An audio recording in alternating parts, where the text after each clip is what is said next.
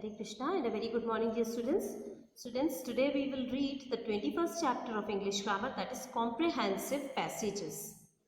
ठीक है, अभी क्या होते हैं ये अभी हम समझेंगे. ठीक है, comprehensive passages में स्टूडेंट्स इस तरह से आपको कोई भी एक पैसेज दिया हुआ होता है. देखिए जैसे ये वाला फर्स्ट पैसेज इसमें दिया है, कॉम्प्रिहेंसिव पैसेज, पैसेज 1 है. ये देखिए इतना बड़ा है, यहाँ से लेके और ये यहाँ तक का एक पैसेज है.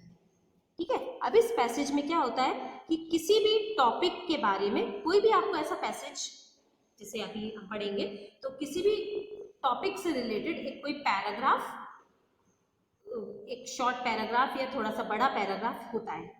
ठीक है, अब उसमें जो भी लिखा होता है उससे रिलेटेड क्वेश्चंस, पहले वो पैराग्राफ लिखा होता है, उसमें सारा आपको पैराग्राफ को रीड करना रहेगा और उसके बाद उससे रिलेटेड उसमें क्वेश्चंस रहते हैं. जैसे क्वेश्चन यहाँ पर क्या दिया हुआ है, read the following passage carefully and answer the questions that follow. आपको इस पैसेज को केयरफुली रीड करना है और उसके बाद हमको इसमें जो क्वेश्चंस दिए हुए हैं उनको हमको सॉल्व करना रहेगा. जैसे ये यहाँ पर क्वेश्चन क्या दिया है, पहले आप पूरा पैसेज रीड कर लेंगे तो आपको पता लग जाएगा कि इस पैसेज में क्या है. उसके बाद इसमें ट्रू और फॉल्स का एक क्वेश्चन है, यहाँ पर फिल इन द ब्लैंक्स, फिर answer the following questions in one word. ठीक है, तो ये 3 क्वेश्चंस यहाँ पर, 3 ग्रुप्स ऑफ क्वेश्चंस यहाँ पर दिए हुए हैं. तो आपको इस पैसेज को रीड करके और उसके क्वेश्चन को सॉल्व करना है. इसको बोला जाता है कॉम्प्रिहेंसिव पैसेजेस. ठीक है, चलिए आज हम सबसे पहले इसका पैसेज 2 रीड करेंगे.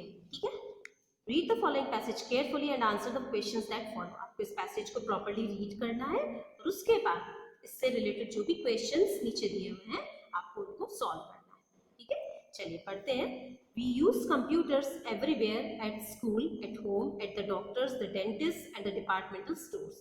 We use computers everywhere. हम हर जगह, everywhere means हर जगह कंप्यूटर्स का यूज़ करते हैं.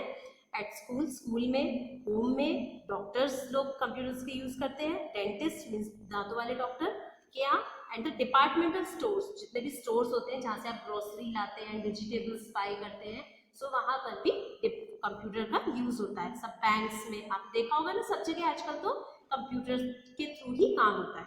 It is important to know the main parts of the computer.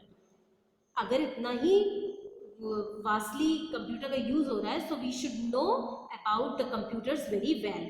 ठीक है, हमको इसलिए इम्पॉर्टेंट है to know the main parts of the computer. Computer के मेन पार्ट्स को जानना हमारे लिए बहुत जरूरी है. The monitor is the screen that displays words and pictures. अब देखिए कंप्यूटर में आपको पता होगा मॉनिटर किसको बोलते हैं, जो उसकी स्क्रीन होती है. इज द स्क्रीन, वो स्क्रीन होती है जो that displays words and pictures, जिसमें आपको दिखाई पड़ता है सारा कुछ, है ना, उसको क्या बोलते हैं, मॉनिटर बोला जाता है. When you type on a keyboard, जब आप कीबोर्ड पर टाइप करते हैं, your words appear on the monitor. तो आपके वर्ड्स कहाँ पर अपीयर होते हैं, अपीयर मीन्स दिखते हैं, प्रकट होते हैं, मॉनिटर पर दिखते हैं ना. If you want a paper copy, you use a printer to print the words or pictures. और अगर आप किसी भी चीज़ की पेपर कॉपी या फोटो कॉपी चाहिए होती है तो आप क्या करते हैं, प्रिंटर का यूज़ करते हैं ना. प्रिंटर का यूज़ करके हम अपने किसी भी चीज़ की हमको फोटो कॉपी निकालनी है, किसी भी वर्ड की निकालनी है या फिर पिक्चर की निकालनी है, सो हम उसके थ्रू अपने फोटो कॉपी निकाल लेते हैं. Some computers use diskettes to save work and others use CDs. कुछ कंप्यूटर्स में पहले फ्लॉपी डिस्क चलती थी. ठीक है, आप लोग के मम्मी पापा से पूछेंगे ऐसे स्क्वायर शेप में फ्लॉपी डिस्क आती थी. तो जैसे कंप्यूटर में कुछ भी काम, जैसे अभी हम सीडी में सेव करते हैं ना वर्क को, पहले फ्लॉपी डिस्क चलती थी. ठीक है, और कुछ save work and others use CDs, और कुछ कंप्यूटर्स में सीडी में वर्क को सेव किया जाता है. जैसे सारा वर्क तो हम कंप्यूटर में नहीं रख सकते, इतनी सारी कंप्यूटर में स्पेस नहीं होती है. ठीक है, तो हमको उस कंप्यूटर में स्पेस खाली रहे दूसरे काम को सेव करने के लिए, तो हम जो ज़्यादा एक्स्ट्रा का वर्क होता है वो सीडीज या फ्लॉपी डिस्क में सेव कर लेते हैं. Which look the same as the ones you use to play music. जब ऐसा ये सेम होता है, जैसे कि म्यूजिक आपने रिकॉर्ड्स देखे होंगे, पहले के टाइम पे ऐसे म्यूजिक जैसे सीडी होती थी ना, वैसे ही सर्कल शेप में इस तरह से बड़े बड़े म्यूजिक के रिकॉर्ड्स होते थे. ठीक है, और उन रिकॉर्ड्स में गाने सेव रहते थे, उनको रिकॉर्ड प्लेयर में लगा के उनसे गाने सुनते थे. ठीक है, तो हम कैसे सुन पाते हैं, क्योंकि उनमें सेव कर दिए जाते हैं गाने.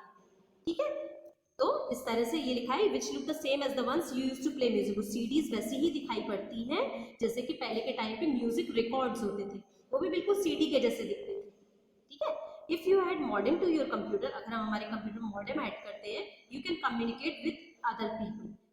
नेट का भी यूज कर पाते हैं ना, आपको पता होगा कि हम हमारे कंप्यूटर में अगर हमको नेट का यूज करना है, इंटरनेट फैसिलिटी चाहिए, so we use modem on our computer. तो हम अगर मॉडेम का यूज करते हैं तो हम दूसरे लोगों से भी कम्युनिकेट मीन्स बातचीत या जो भी हमको शेयर करनी है इंफॉर्मेशन, वो भी काम हम कर सकते हैं। ठीक है, अब देखिए हमने इस पैसेज में क्या क्या पढ़ा है आपको ध्यान में होगा अभी। ठीक है, अब हम इससे रिलेटेड क्वेश्चंस को सॉल्व करेंगे। देखते हैं यहाँ पर क्या क्वेश्चंस दिए हुए हैं। Practice time 21.2, tick right the right choice in the following questions. ठीक है, अब हमको सही आंसर पर टिक करना है। कंप्यूटर्स आर यूज्ड, कंप्यूटर्स का यूज कहाँ का होता है? इन स्कूल्स में, इन डिपार्टमेंटल स्टोर्स, एवरीवेयर। कहाँ पर होता है? एवरीवेयर, हर जगह होता है ना। तो सही आंसर इसका क्या होगा? एवरीवेयर। तो हम सी को टिक कर देंगे। ठीक है, सेकेंड क्वेश्चन है the pictures and words on the computer are displayed by. Pictures और वर्ड्स में कंप्यूटर में किस पे डिस्प्ले होते हैं? मॉडेम, मॉनिटर और सीडीज किस पे डिस्प्ले होते हैं? मॉनिटर पर होते हैं ना। तो हम इसका सही आंसर क्या होगा? B, monitor. ठीक है, तो हम इस पर टिक कर देंगे। थर्ड आंसर है to get a copy of what we write we need. अगर हमने जो भी लिखा है उसकी अगर हमको फोटो कॉपी चाहिए तो हम क्या चीज का यूज करते हैं? स्क्रीन का, प्रिंटर का, डिस्केट का। फोटो कॉपी निकालने के लिए क्या चीज का यूज किया जाता है? प्रिंटर का। तो इसका सही आंसर क्या होगा? B, printer. ठीक है, इसके बाद से बी क्वेश्चन देखेंगे। Fill in the blanks with one word only. अब आपको यहाँ पर आंसर सिर्फ वन वर्ड में लिखना है। ठीक है, अब देखिए we type words on a, ये आंसर इस पैराग्राफ में ही दिया हुआ है जो हमने पढ़ा है ना अभी पैराग्राफ, ये पूरा पैराग्राफ पढ़ा है ना, ये वाला, ये पैराग्राफ सारा इसमें आंसर दिए हुए हैं। आपको अपने मन से नहीं सोचना है। अगर जैसे मान लीजिए कुछ और भी आपको कभी एग्जाम में पैसेज आता है ना, तो आपको उस पैसेज को ध्यान से पढ़ना है। अगर आप ध्यान से वो पैसेज पढ़ेंगे ना, तो आपको उसके क्वेश्चंस बहुत इजीली आप सॉल्व कर पाएंगे। ठीक है, क्योंकि आपको इसी पैसेज में से क्वेश्चंस पूछे जाते हैं। इस वाली एक्सरसाइज में कॉम्प्रिहेंसिव पैसेज जो एक एक्सरसाइज है, उसमें उस पैसेज से ही क्वेश्चंस पूछे जाते हैं। ठीक है, क्वेश्चन है we type words on a, हम किस पर वर्ड्स को टाइप करते हैं? कीबोर्ड। कीबोर्ड से टाइप करते हैं ना, तो इसका आंसर क्या होगा? कीबोर्ड। सेकेंड सेंटेंस है to speak and write to other people, you add अ।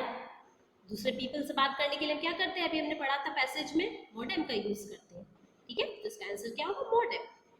ठीक है, उसके बाद थर्ड आंसर है it is important to know the dash parts of the computer.